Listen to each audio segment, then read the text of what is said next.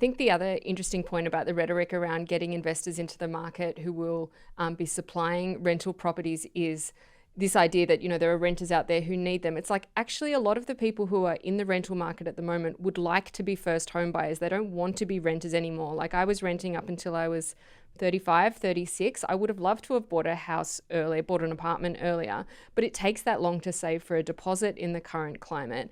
So this idea that we're sort of doing young people a favour by piling investors into the market, giving them incentives, providing them with a stock of rental properties is really frustrating. A lot of those people want to get into the housing market and they can't because it is being flooded with investors who are driven by, government tax breaks, who are making a lot of money off the market. Every young person knows what it's like to go to an auction and be bidding against other young people trying to buy their first home and being outbid by somebody buying their fourth, fifth, sixth investment property. We ran a really interesting article not long ago by our business reporter Luca Itamani about what the situation in Victoria, where they imposed an extra land tax for investors, other taxes, expanded taxes on vacant properties and land, and at the same time they've been more successful in building houses than other states. And the effects there have been, interestingly, that their prices have stabilised and even come down somewhat, that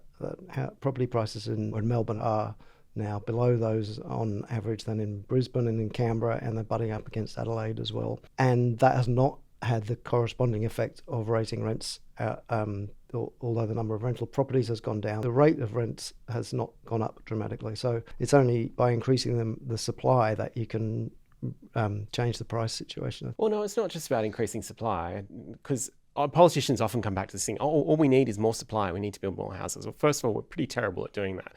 Home building completion rates have hovered around 150,000 a year, and they've actually gone down recently. But if you look at the total number of dwellings, we have a bit over 10 million dwellings in Australia. So 150,000, that's like 0.1% of housing stock is new houses. Actually, you can do far more by better utilising the existing stock of houses